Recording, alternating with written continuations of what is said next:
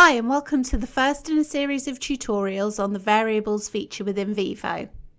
Variables add an incredible amount of power to Vivo, so it's well worth spending some time getting to know what they are and how they work.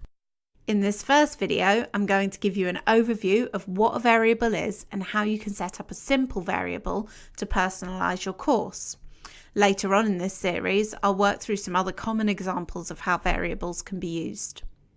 So, what is a variable? It's basically a piece of information that sits in the background of your course. The information can be changed by your learner depending on how they interact with the course. Then, the information can be fed back to the learner or used to deliver a more personalised version of your course. A variable differs from a standard interaction in two ways. First, it allows you to show the results of an interaction later on in the course rather than the instant reaction that the standard interactions give you. Second, it allows you to give results from a series of interactions. Common uses for variables would include things like personalising your course with your learner's name, keeping track of a score throughout the course, or to deliver information that's specific to a learner's role. So, now that you know a little more about what a variable is, let's take a look at how to set one up. In your page editor, the last menu option you have is called Variables. Click on it to open the Variables menu. Using variables is a three-step process. Step 1, create the variable. Click on the Variables Manager and select New Variable.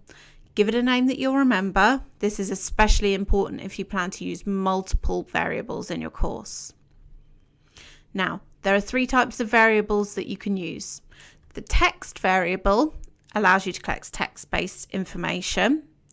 The true and false variable is a little bit like an on-off switch, and a number variable allows you to collect numerical information. We'll delve into some examples of how you could use each variable in some later tutorials, but I want to personalize my course by using the learner's name throughout. So for this, I'm going to use a text variable. Next, decide what value you want the variable to have to start with. In this case, I'm going to ask the learner to fill in their name. If they don't fill in their name, the text I used here is what will appear every time I want to display their name. For this reason, I'm going to leave it blank. Lastly, decide whether the variable resets to its starting value when your learner exits the course. The setting you use here very much depends on the effect you want to create. In this case, the most appropriate setting is not to reset, so I won't check this box. So, that's your variable created. Now for step 2, you need to decide how the variable will be changed. For this one, I want it to change when the learner types their name into a text box, so I'll use collect data. The other options in this section will change the variable automatically depending on a learner's action, so won't work here, but I'll be covering them off later in this tutorial series. You can treat the collection box as you would a normal text box, so single click and move your cursor over to the page, then click and drag to the size you want. As soon as you let go of the drag, a pop-up appears asking what variable data you want to collect. I want to collect the learner's name. I'll also add some text to let the learner know what to do.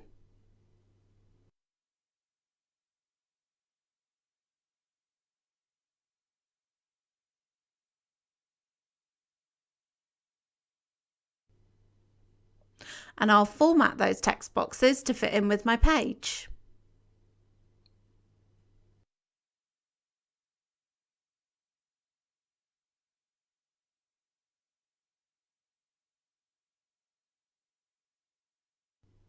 The collection box can be formatted in exactly the same way as a normal text box.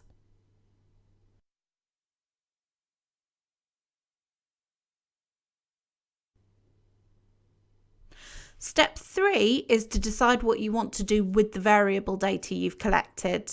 I just want to display it to the learner, so I'll go to the next page in my course and add a display data box and add some more text so that it all fits together.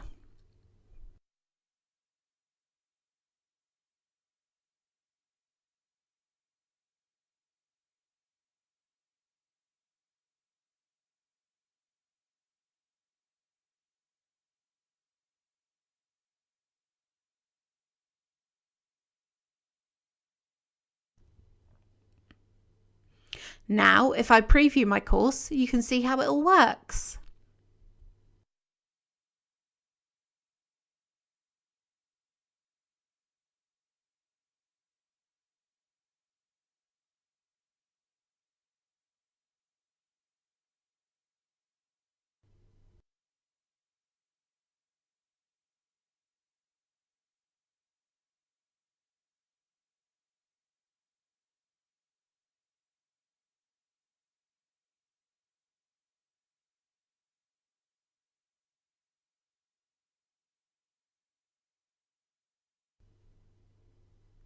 I hope that this gives you a good introduction into variables.